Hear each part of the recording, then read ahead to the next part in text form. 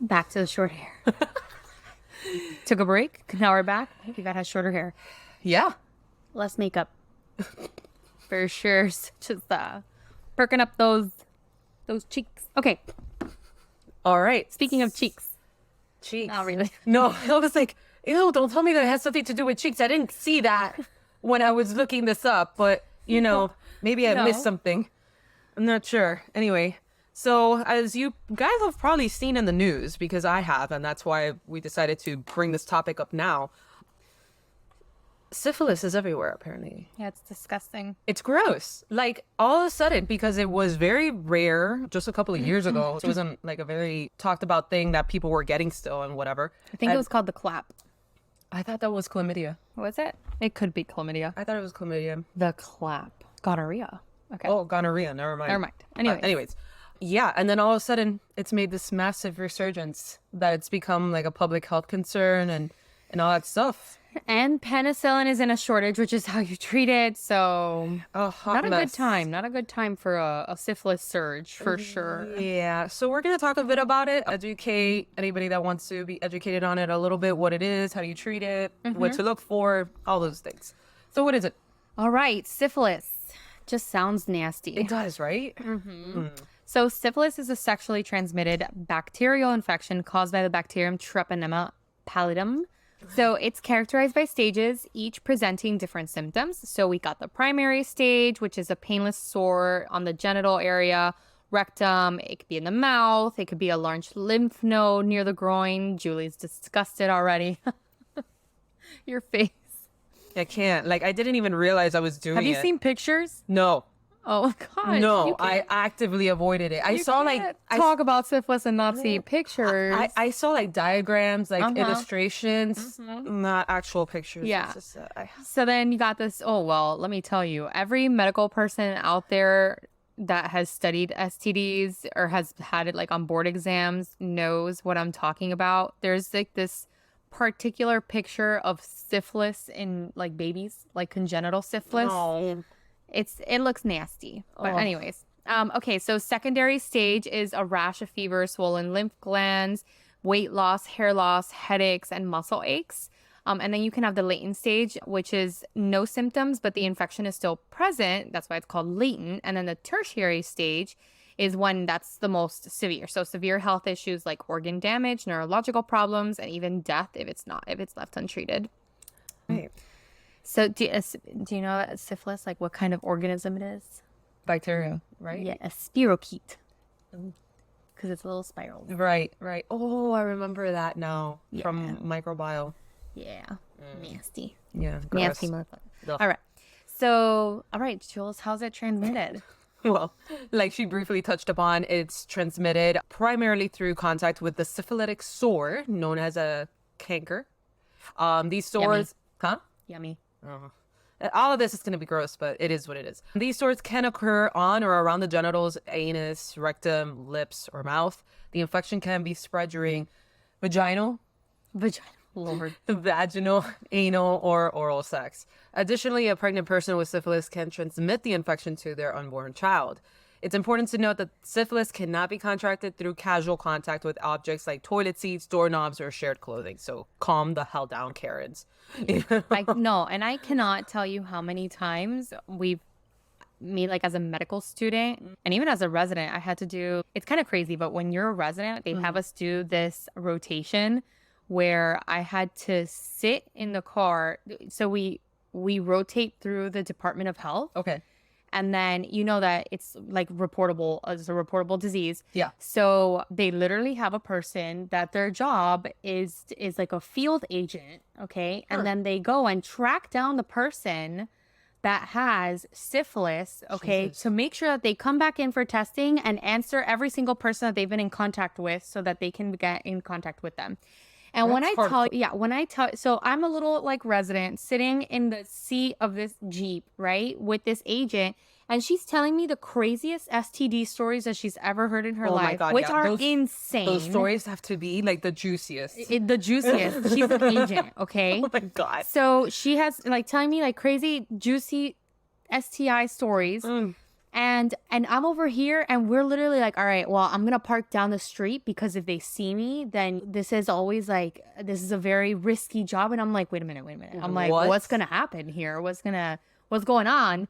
And then she's like, no, yeah, sometimes like they can get aggressive because they know that they're tracking them down and they don't pick up the phone calls and stuff. So they show up to the house. Like they will go to your house and find you. But to do what? Like other than reporting you? Like just they don't want to be reported. So No, they need to interview you so that they can see who you've had sex with so that they can tell the other people to go get tested. So okay, I'm trying to get here at like why are you running away from this person? What's the big deal? But it's so they don't go tell the other person that you have it, that you got it from them. Wait, what? Wait, what? I was thinking, like, why is a person, like the patient, running away from this agent? What's so problematic about it? No, because they're avoiding them having to be interviewed. They don't want to Right. tell other people that they have syphilis. Exactly. Yeah, they don't want to tell whoever the hell they had Yeah. sex with and, all that. Okay, Yeah. I get it now. I'm like, Jesus, like, Yeah. why And then I was the like, persecution? and she was trying to tell me, she's like, no, like these stories can get crazy. She says that once she had a patient that had syphilis and they were tracking him down for such a long time. And when they finally tracked him down, he ended up admitting that he went to this like kind of party. Oh, no. And then hold on a second. And then I'm like thinking it's just like, a regular It's party. like a fucking orgy. Yeah. So an orgy, right? No, girl. An orgy is nothing. What? It was a motel, okay? And apparently this motel had night parties where people would go from room to room to room to room to room in the motel. So that's how he got it. And he had to report everyone there to go get tested. Oh, okay. I don't want to kink shame anyone here or none of that. Like, but No, girl, listen, everyone has But- their vices, but yep. oh, Yep, from room to room to room to room to room. They literally just bounce and it's like, like parties. Like apparently it's like a thing. And it has a name. I just can't remember the name that she used. But anyways, yeah, so here I am like hunting down people and I'm literally thinking, I'm like, what am I doing? Like, I'm like, what? I'm not going to do this for the rest of my life. Like, I'm not going to be hunting down people. Like, I'm not that person. I am the person that tells you, hey, you should tell your partners. You know what I mean? Yeah. And that's it. no, that's about it. You know? Yeah. That's as far as I'm gonna go. But I feel bad. These agents like go to houses, knock on doors, okay, and then they're like, oh well, this person isn't here. They're in this place, so then they go to that other place to. Yeah, it was crazy. Oh my God. I did not know such a thing existed like that. Oh, it exists. At least of it being that hardcore. Yeah. I'm sure that, I thought it was just phone calls and letters. No, girl, there's a field agent that goes out and bangs on your door. Oh my God. Like And then they're like, if there's like another person, let's say a person's like mother or something Yeah. like that, they're like, oh, well, who are you? And they're like, well, we can't tell you, but we're looking for your son. And could you just give him our card? We're from the Florida Department of Health or whatever. So then the other person gets freaked out. And it's like this whole entire drama. Jeez, it's like the 007 of SCIs here. Like, Yeah. what? Oh It's my God, crazy. that's ridiculous. Yeah. That's a hell of a job. It's like social working. Yeah. Those type of jobs. Oh boy. Yeah. Oh boy. So now we're going to go into a little bit more of the details and the symptoms. So if you have any of the symptoms, please, for the love of God, go get tested. Especially if you live in New Yeah. York. I know. All right. So the symptoms of syphilis can vary as the disease progresses through different stages. So primary stage, so you got the small, painless sores on the skin, potentially inside the rectum or the vagina. Enlarged lymph nodes near the groin as well. The secondary stage, you're going to have rash with small reddish brown sores, the sores in the mouth, vagina or anus, the fevers, swollen lymph glands, of course. And then you'll also have some weight loss. Some people complain of hair loss, headaches, muscle aches, extreme fatigue. Then you have the latent stage, which we said is kind of like the dormant stage where you don't have any symptoms and it can just be like that for many years, but the infection is still there, so you can transmit it. Okay. Wow. That's so scary. Super. Yeah. I'm literally, as I'm like I'm thinking about all the stories that lady had told me. Lord. And then you have the tertiary stage, and this one is permanent organ damage. So you'll have neurological problems. You can have a stroke, you can have numbness, you can have dementia, you can have heart issues, you can have visual issues or blindness. You can even have, like with your dementia, you can have personality changes. So these are all symptoms of tertiary syphilis. So if you have any of this, it's important that you seek some medical attention if you suspect that you've been exposed to syphilis and having these symptoms. And really early diagnosis can be treated, okay? And it's crucial, okay? The incubation period for syphilis, which is the time between exposure to the infection starting to actually have symptoms, typically ranges from 10 to 90 days on average being 21 days. So that's a long time. Yeah. Yeah. Can you imagine having to contact that person from 3 months ago? Some people don't even remember at that point. Like, depending on however your life is, Yeah. Lord. Going to those motel parties. Lord. I'm like slightly traumatized with that. Oh, God. Jesus Christ. So important to note that symptoms may not manifest in some people for an extended period of time, even though they're infected. So consistent testing and prompt treatment are essential for effective control of syphilis. So go get tested. Yeah, for the love of God, get tested. Anyway, so pregnancy with syphilis, it's a big one, and it's one that's come up in the news a lot, especially in bigger metropolitan cities like New York, especially New York, this is a concern. We're seeing a lot of babies now, unfortunately, being born with what would it be called? Congenital syphilis, Congenital, right? yeah. Congenital So syphilis. if syphilis is not treated during pregnancy, it can have serious consequences on the unborn baby. According to health professionals and the CDC, untreated syphilis can lead to miscarriage or stillbirth, the baby's death shortly after birth, congenital syphilis, which can cause bone damage, severe anemia, enlarged liver and spleen, jaundice, nerve problems causing blindness or deafness, meningitis, or skin rashes. It's crucial for pregnant women diagnosed with syphilis to receive immediate treatment, typically with a penicillin regimen. The treatment is most effective when initiated at least 30 days before delivery. Infants exposed to syphilis should be thoroughly evaluated at birth and closely followed post-delivery, as symptoms may develop later if not treated appropriately. For more detailed information, you could refer to the resources provided by your health professionals and the CDC on this topic, which, of course, I will have in the show notes as well. Scary stuff. I know. Very scary, very serious for those babies. Yeah, it's terrible. It's horrible. And for all my PD people out there that know the diagnosis of syphilis, it is so annoying to follow the flow of diagnosis of syphilis, the questions. So funny story as a resident, because I have a lot of these. Okay.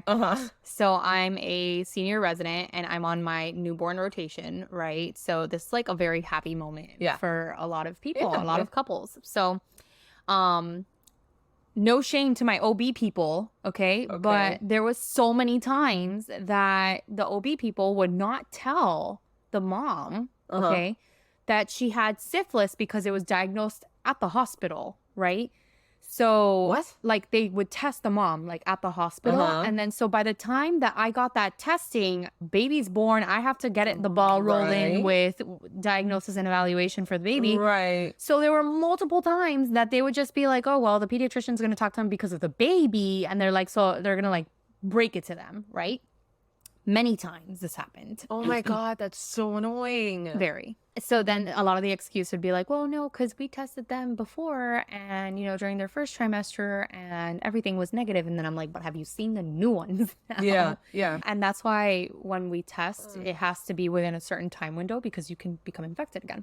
So, or not infected again, but you can have an exposure, obviously. Right. So I go into the room on these parents, right? And the mom comes back positive on her RPR, which is one of the tests, the blood tests that we do to screen for syphilis.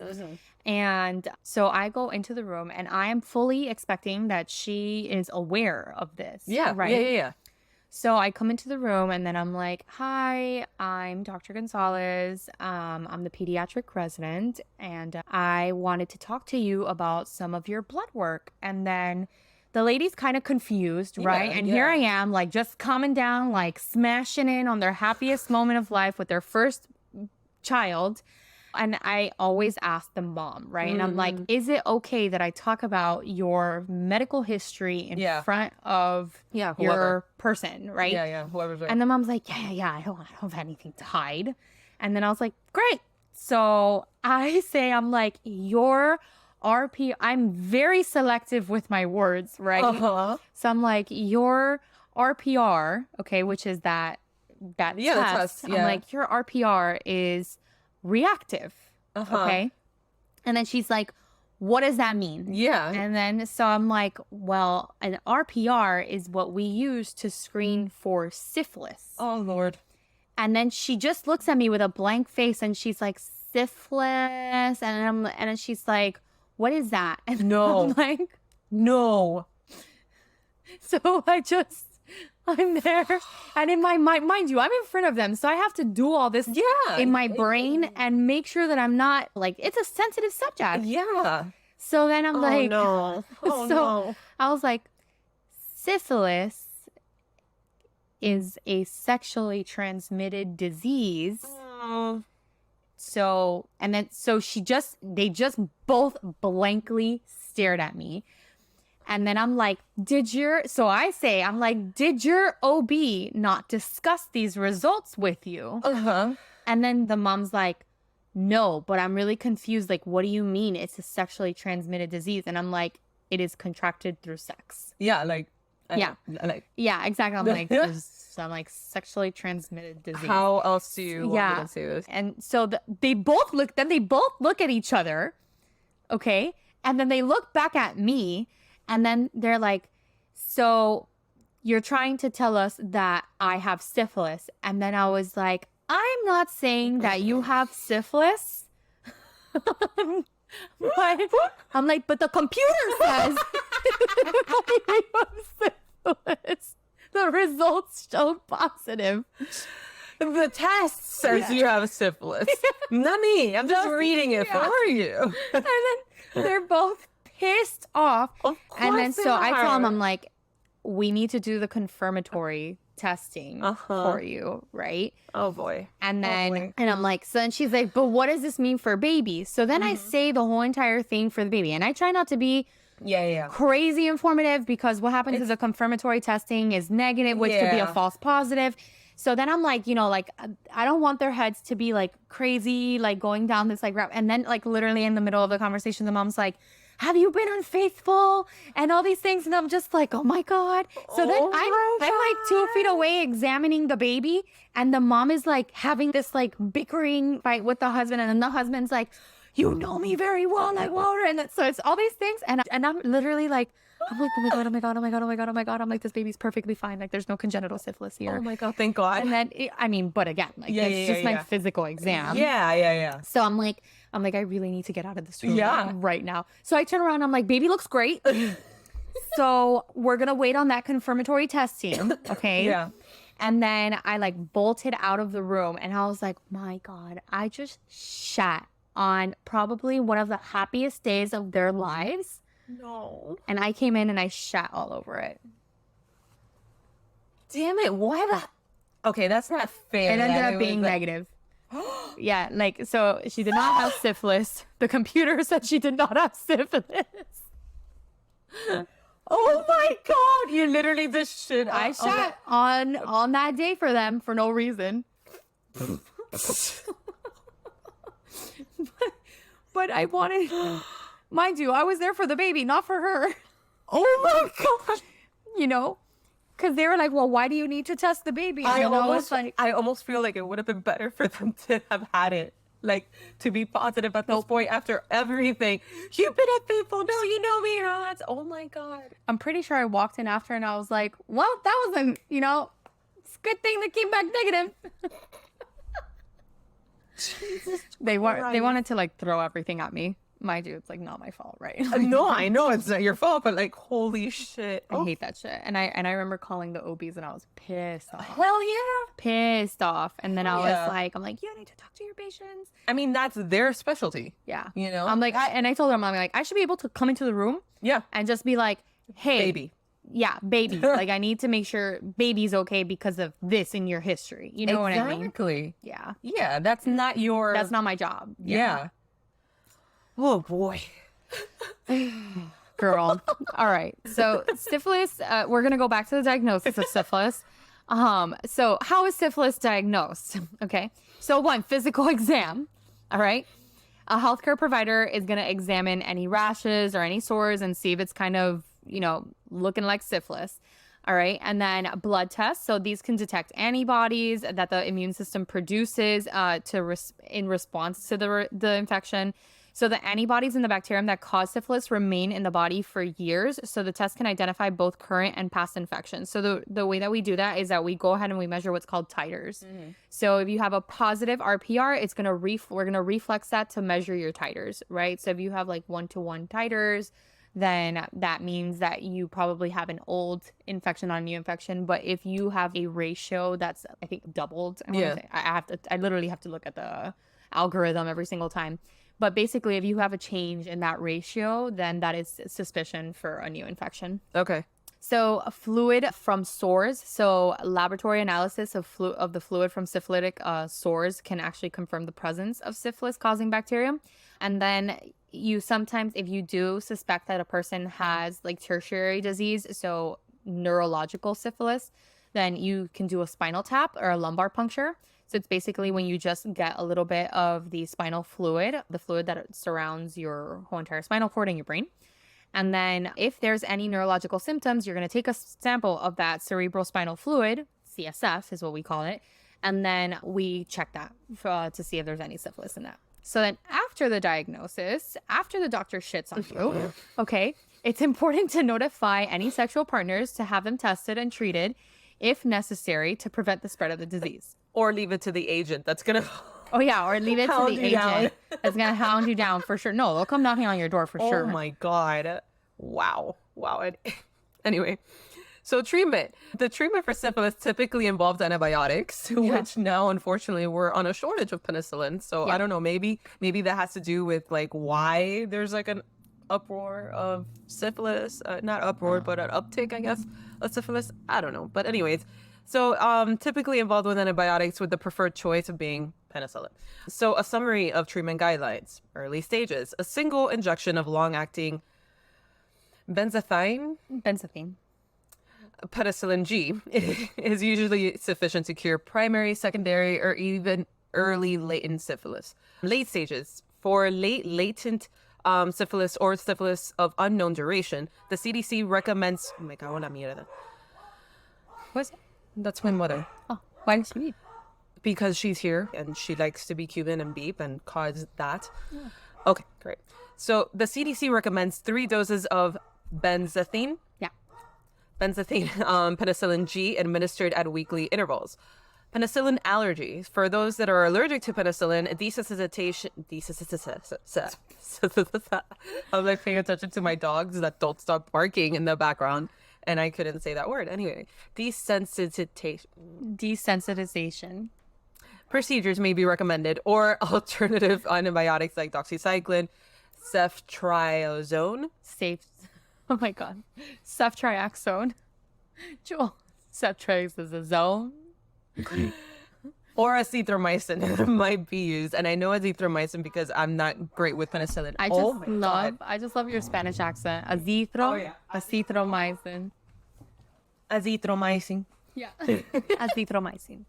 Yeah. All right. So it might be used if you're like me and you don't do well with penicillin. Like I sometimes get hives. So then that's why. Yeah. Apparently I'm allergic to penicillin.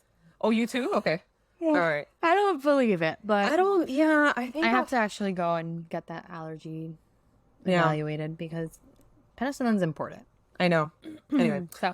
So it's important to follow up with regular blood tests and exams after treatment to ensure that the infection is cured. So additionally, sexual partners should be notified and tested, and sexual activity should be avoided until sores are completely healed and you're completely treated and free from it. So yeah, go ahead. All right. So what happens if you don't treat it and you got long-term symptoms? So untreated syphilis can lead to severe long-term health issues. Here's what could happen.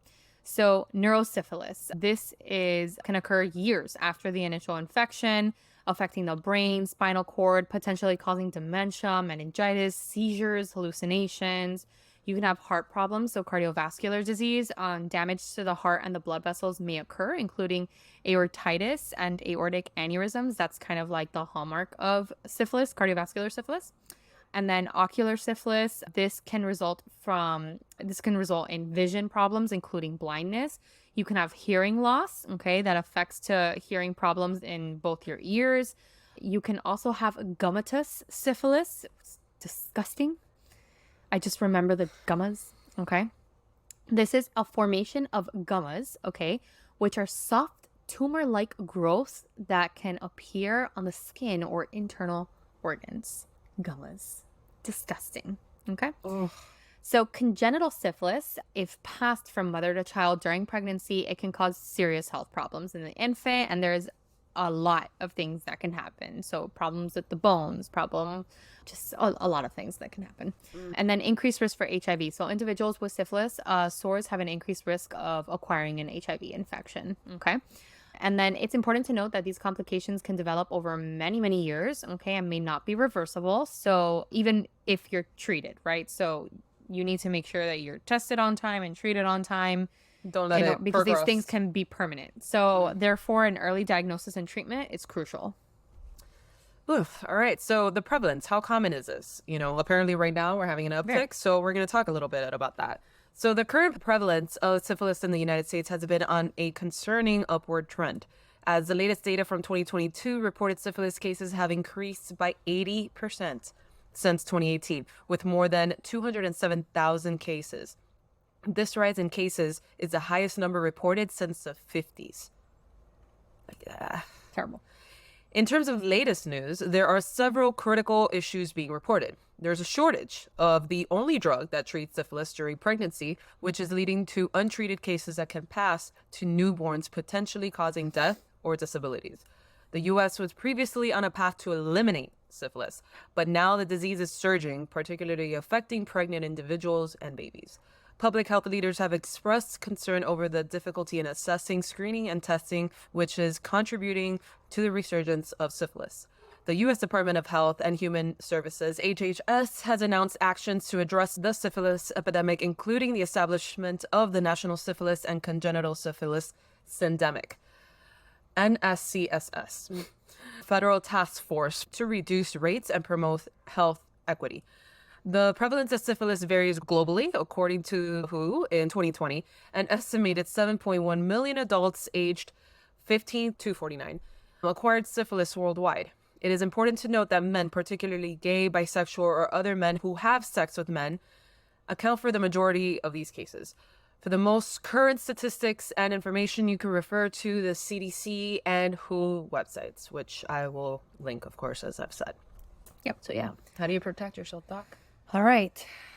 So protecting yourself from syphilis involves several precautionary measures. So obviously use protection. So condoms or dental dams. I fucking can't stand dental dams.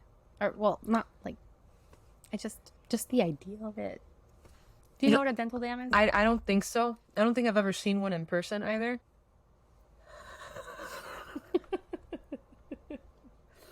So hot right now. Yeah. It's like literally. What the fuck? Mm-hmm. I mean, at that point, just don't do it. Mm-hmm. Yep. So. Oh boy. All right. So it's like basically like a female condom or whatever. Okay. Well, there's actually female condoms. But anyways, Yeah. all right. So just use protection. Okay. Yeah. So employ condoms for vaginal, anal, or oral sex, and then dental dams for oral sex to reduce the risk of transmission. So regular testing. Get regular screening for syphilis, especially if you have multiple sexual partners or engage in unprotected sex. Limit the sexual partners, okay? So reducing the number of sexual partners can obviously decrease the risk of STI transmission. Why? Because if you stop having sex, then you stop risking getting an STI. Yeah. There is a direct correlation there. So avoid sharing needles. Never share needles, as syphilis can be transmitted through infected blood as well. Treatment for partners. So if you're diagnosed with syphilis, ensure that your sexual partner gets tested and treated to prevent reinfection. So abstain from sex with infected individuals and then avoid sexual contact with someone known to have an active syphilis infection. So remember to communicate with your partners about STIs and sexual health. It's also crucial. So if you suspect you might have syphilis, seek medical attention promptly, and so that you can get diagnosis and treatment early on. So also just one thing that I want to throw in there, it's like highly, highly, highly important for medical professionals to not be afraid or assume that no one is having sex. Okay? Yeah. There has been many times, me as a pediatrician, that I have treated syphilis in teens. Wow. Many times. Wow. Yes. And there's times where sometimes they just do a questionnaire or something like that. And then they just say no to the questionnaire. And then I always interview my teams like by themselves. Right. And I'm like, hey, like everything is between you and I. Like, are you sure? None of this, like you've never had anything. And I cannot tell you countless times where I've had patients like just not even, they can't even verbally say it. They just like point and they're like, oh, well, I think a person that I've had sex with had this, and it's been syphilis, it's been chlamydia, gonorrhea. Yeah. So, Oh boy. yep. So They're probably scared of it too. Like they're scared of they're scared. No, they everything. don't understand it. Yeah. They truly don't understand it. So. Right. And then they're like, oh my God, if my parents find out or whatever, like that's probably the first thing that's going through their minds, you know? Oh man. Anyway, so there have been cases of plenty of famous people with it. And we're going to go through like way back to current. So Christopher Columbus. I heard this. I heard this and I'm like, what? How do they even know? Well, some evidence suggests that Christopher Columbus's crew may have contracted syphilis in the New World and brought it back to Europe. Awesome. Thanks. Isn't that wonderful? Them. Yeah. What are you gonna do? Then Elizabeth I, who reigned England's most prosperous times. Apparently, she was trying to hide the like sores and stuff like that. Yeah. Then the more recent, more very, very commonly well known, there was even like a recent movie that showed, you know, all of this happening to him, was Al Capone, which he contracted syphilis probably in his youth. The disease went untreated for years. Capone's syphilis progressed to neurosyphilis, affecting his brain and leading to mental deterioration. Yeah. Deterioration. Okay. While imprisoned at Alcatraz in the early 1930s, Capone began to show symptoms of his deterioration. I can't say the freaking word. Okay. His condition worsened after his transfer to Alcatraz, where he spent his final years in a state of confusion and decline. After his release, he lived a reclusive life in Florida, his mental faculties severely impaired. Capone eventually died of cardiac arrest after suffering a stroke, which is a complication of advanced syphilitic condition. So, yeah, guys, syphilis is no joke. It's not something that's like, oh, well, you know. Yeah. Yeah.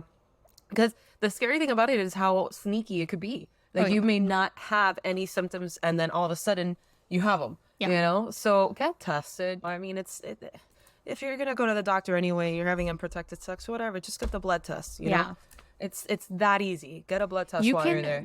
There's literally websites that you can go to and they send you the STI kits. Can't get any easier than that. You can go to the Florida Department, Florida. You can go to any Department of Health, okay? Wherever you're listening from, okay?